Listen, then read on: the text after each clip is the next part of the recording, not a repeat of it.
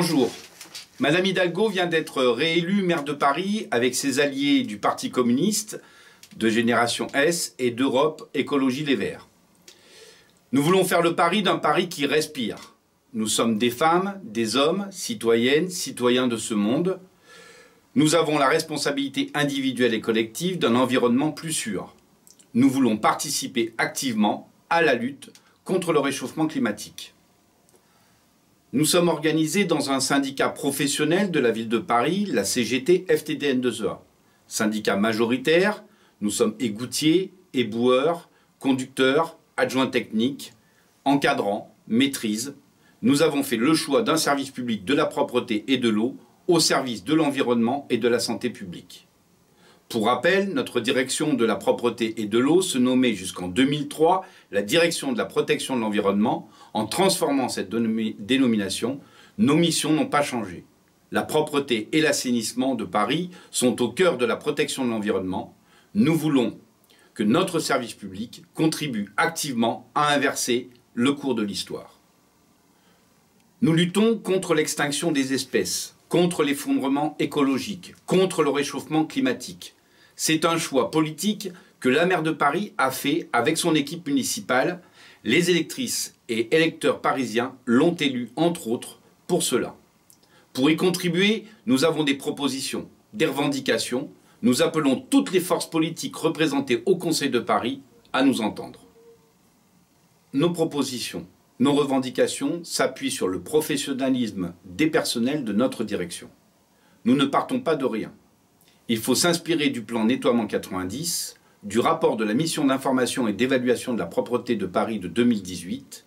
Nous demandons un inventaire des moyens matériels et humains existants aujourd'hui et des besoins réels des usagers. La réalité des budgets alloués à la direction de la propreté et de l'eau au service technique de l'assainissement. La transparence totale des missions et finances confiées et allouées aux entreprises privées. Notre organisation du travail doit faire appel au bon sens. En effet, depuis maintenant trop longtemps, nous dénonçons la désorganisation orchestrée par notre direction. Des missions confiées aux entreprises privées qui sont le doublon de nos missions. L'optimisation à outrance des moyens matériels et humains. La suppression du centre d'action de la propreté de Paris, qui était le service de prévention et de verbalisation des incivilités au règlement sanitaire. Voici un focus sur l'organisation de la collecte des déchets à Paris. Le service public collecte de 6h10 à midi dans les 5, 6, 8, 9, 14, 16, 17 et 20e arrondissements et de 16h30 à 22h30 dans les 2 et 12e arrondissements. Les entreprises privées collectent de 6h10 à midi dans les 3 et 19e arrondissements et de 16h30 à 22h30 dans les 1, 4, 7, 10, 11, 13, 15 et 18e arrondissement. La collecte du soir, qu'elle soit effectuée par la régie ou par le privé, est un non-sens. En effet, les éboueurs s'évertuent à balayer, laver les trottoirs toute la journée et à partir de 16 heures, on remet les bacs à ordures sur du propre, ce qui entraîne des nouveaux dépôts sauvages. C'est comme si chez vous, vous passiez le balai, l'aspirateur, la serpillière et ensuite vous redéposiez les poubelles sur du propre. C'est aussi un non-sens environnemental pour au moins 2 raisons. La première, avoir des bennes dans les rues de Paris tout au long de la journée, cela entraîne en permanence des embouteillages. La deuxième, avoir des bacs à déchets en permanence sur la voie publique, c'est la prolifération des rats dans nos rues. Les contrats avec les entreprises privées se terminent en juillet 2021. Il est encore temps de nous entendre, de nous écouter pour donner les moyens d'un service public moderne, de qualité au service de l'environnement. La CGT FTDN2EA revendique une collecte entièrement remunicipalisée avec l'embauche prioritaire des personnels des entreprises privées.